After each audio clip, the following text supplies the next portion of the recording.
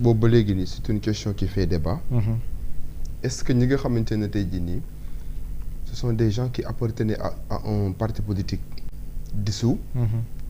Est-ce que am na droit ñu dem bokk ci beneen regroupé autour d'une autre coalition. xam nga Diallo dafa am benn précision de taille bu ma bëgg a def par rapport à cette interrogation. Est-ce que xam nga ne coalition de partis politiques amul personnalité juridique.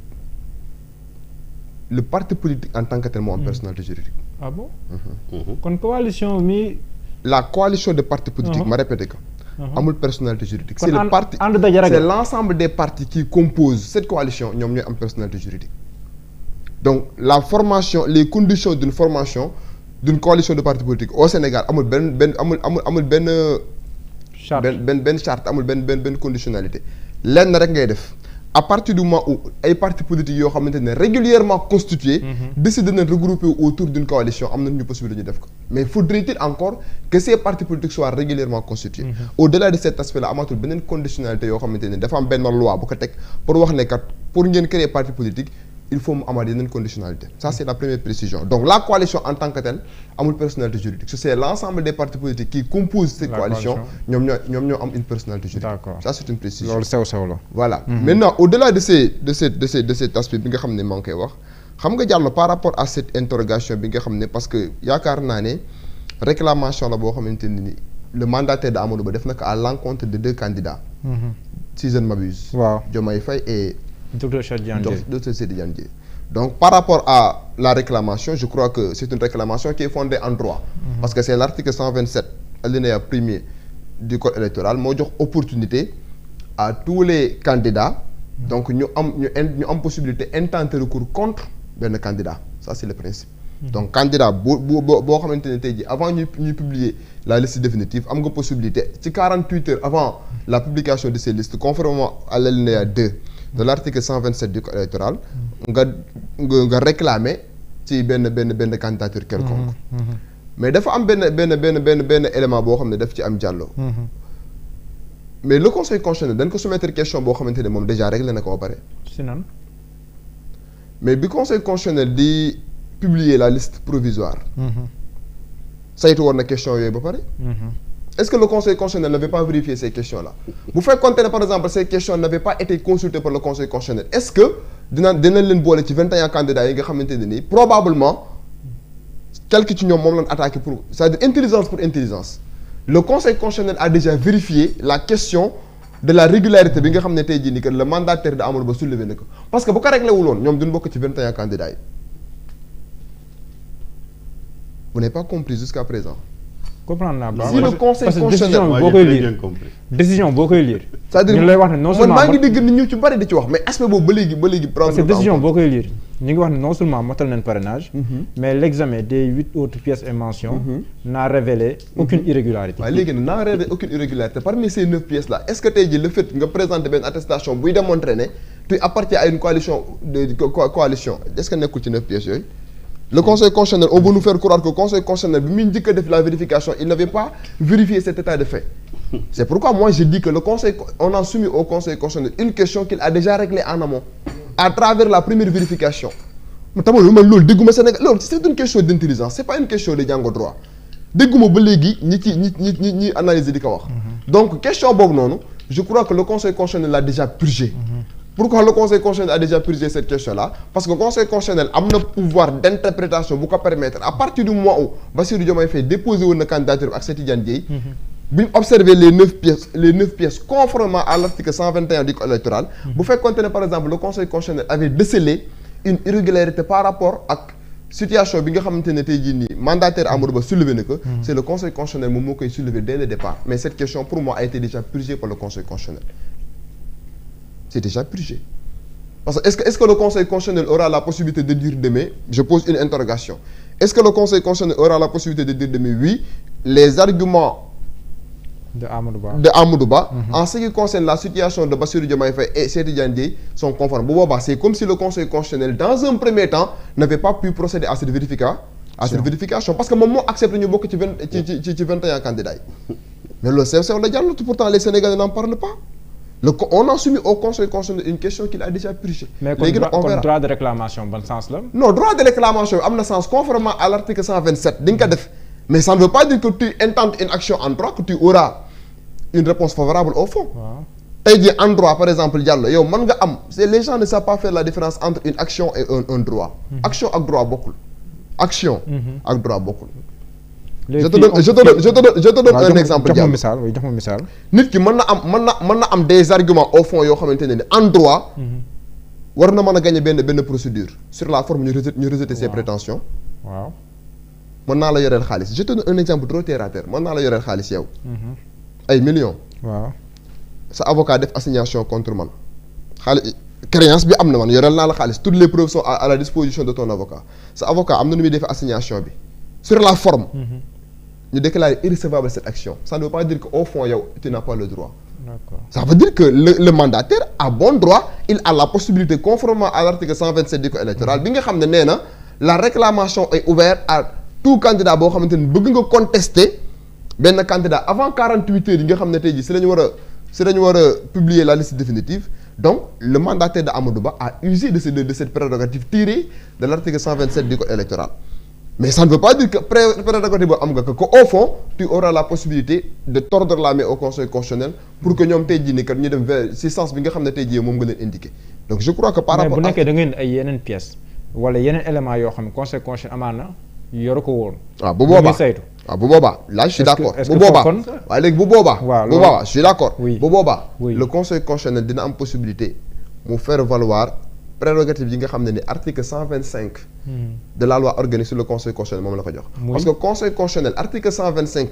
daf ko jox prérogative tey jii nii au-delà des simples vérifications de forme mu dem au fond. def xanaa même le conseil constitutionnel a la possibilité Diallo de faire des enquêtes. par rapport à certaines questions yoo xamante ne c'est des questions en plus ou moins transcendantales.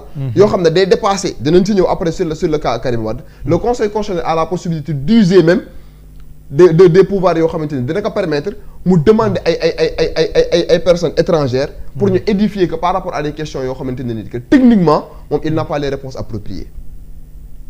donc de ce point de vue là article 125 jox na ko possibilité bi léegi nag bu fekkente ne par rapport à cette saisine là le mandataire de Amadou Ba dafa indi ay pièces yuy démontrer ne peut-être le fait que ñu Bassirou Diomaye Faye et Cheikh Tidiane Dièye bëgg a demee ci beneen coalition bu dee ñoom am nañ beneen argument complémentaire boo xamante ne mën na contrecarrer cet état de fait bu boobaa on verra au niveau du conseil constitutionnel mais en tout cas ce qu'il faut signaler mooy le conseil constitutionnel bi mu accepté Bassirou Diomaye Faye et Cheikh Tidiane Dièye bokk ci 21 candidats yi il a déjà en amont procédé à cette vérification.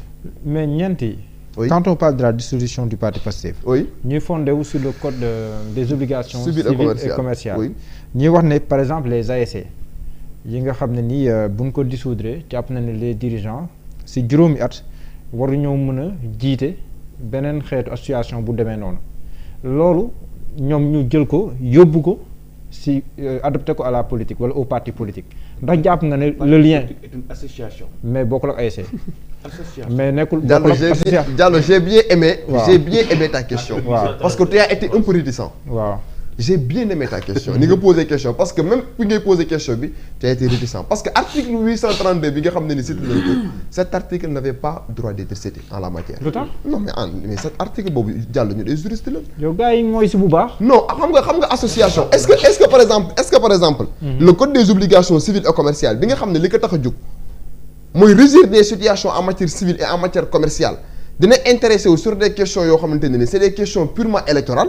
non Diallo quand même am na yenn question yoo xam ne le fait de brandir l'article 832 je crois que loolu c'est un non-événement Diallo man lorsque j'ai entendu des gens yoo xam ne nee nan l'article 832 du code des obligations civiles et commerciales en matière électorale di ci wax ay associations yoo xam ne c'est des ASC entre autres alors que là nous sommes dans le cadre d'une coalition de partis politiques non mais c'est disposition boobu on a même pas besoin ñuy wax football ñu indi règlement basket ñuy wax daa mel ni ñuy wax football ñu indi règlement basket voilà c'est ça et même au-delà de cet argument moi je bëgguma di préférer di épiloguer sur l'article 832 di mais leeral bi am na solo parce que ñoom ñu fol non leeral boobu noonu loolu conseil constitutionnel da koy rejeter purement et simplement Diallo ñooñu c'est des juges ñooñu ay magistrats professionnels lañ quand même nous sommes en matière électorale et en matière électorale dafa am une disposition dafa am benn réglementation spéciale boo xam ne tey jii nii moom mooy le code électoral en la matière nan lañ mën a quitter le code électoral di dem di brandir benn article boo xam ne disposition yi en la matière sax préciser wul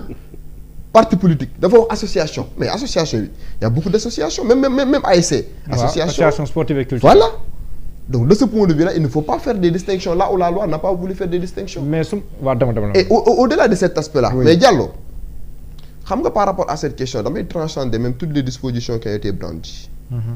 Diallo. bu ñu dissoudre benn parti politique. oui. juridiquement. mais est-ce que dafa war a entraîner ipso facto la dissolution de la personne en tant que telle bi nga xam ne tey jii day incarner parti politique dama lay jox benn exemple Diallo. dama lay jox benn exemple. oui. nit ki buy liggéeyee ci benn bërëb.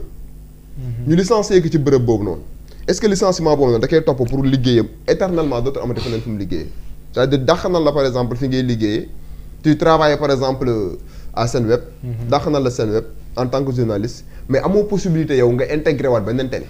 c'est-à-dire boo xoolee situation bi boo ko transposé ci situation ma lay expliqué nii c'est la même situation. wala télé bi nga doon liggéeyee mu tëj. voilà est-ce que am nga droit nga dem ci beneen télé yow en tant que personne parce que la dissolution du parti politique entraîné wul ipso facto la dissolution de la personne parce que en droit nit ki la personnalité juridique dan lay jàngal en droit ñu ne la personnalité juridique elle est intransmissible incessible. Intransmissible, incessible et elle est hors du commerce juridique. c'est-à-dire nekkul leen na loo xam ne dañ koy tayle wala ñu koy aliéné ci ay affaires yu ñàkk fayda. d'accord parce que c'est des droits yoo xamante ne ni des droits à titre personnel boo xam ne nit ki da koy am. du lu ñàkk fayda tey jii mooy tax tey jii nii nga ñu ote ko nit ki. donc de ce point de vue là cette question moi je crois que le conseil constitutionnel. da koy rejeter purement et simplement. d'accord bu ñu delluwaatee si juge Sabassy Faye bu mu génnee décision si mbirum Ousmane Sonko. réintégration beeg yooyu bu ñu demee Cour suprême. bi mu koy kase c'était quoi l'argument pour casser la décision du juge Sabassy Faye ba renvoyer waat ko parce que déggoon naa yenn juristes ñu ne le fait que mu puiser ci code des obligations civiles et commerciales code de procédure civile waaw code de procédure civile foofu dafa sori lool mënoon nu puiser rek ci code électoral comme on est en matière électorale. Non, en la matière, le juge Sabassy Faye avait la possibilité d'user mais les dispositions du code de procédure civile. Oui. Parce que le code de procédure civile, ça c'est la procédure. mais bokkoon na si li ñu ko reproché woon. bokkoon na si li ñu ko reproché woon que mënoon na yem si code électoral. comme oui loolu d'accord léegi loolu bu ñu ko transcrire fii wala bu ñu ko transposer si contexte bi. kon de la même manière parallélisme des formes. kon est-ce que war nañ fi mën a bàyyi code électoral xam nga la mooy parallélisme des formes. waaw d'accord kon bàyyi ma utiliser benn terme. voilà je sais pas est-ce que tu as compris. waaw dama comprendre moo tax ma wax leneen. je pense que tu n'as pas compris. waaw comprendre ma moo tax bàyyi ma jël beneen. pour mu leer léegi bu ñu jëlaatee logique boobu. indi ko si logique bi est-ce que mën nañ fi bàyyi par exemple le code électoral wala des articles qui parlent directement de la dissolution des partis politiques dem ci code des obligations civiles et commerciales. moo tax ma ne dans mes propos liminaires. le code la disposition du code des obligations civiles et commerciales. bi ñu cité en la matière. c'est une disposition qu'il ne fallait pas citer en la matière. nekkuñu ci cas de figure yooyu. parce que tey jii nii le disposition boobu xam nga lan lay viser. day viser la personne uniquement intuitive personnelle. pas la coalition en tant que telle. foofu amul daray politique.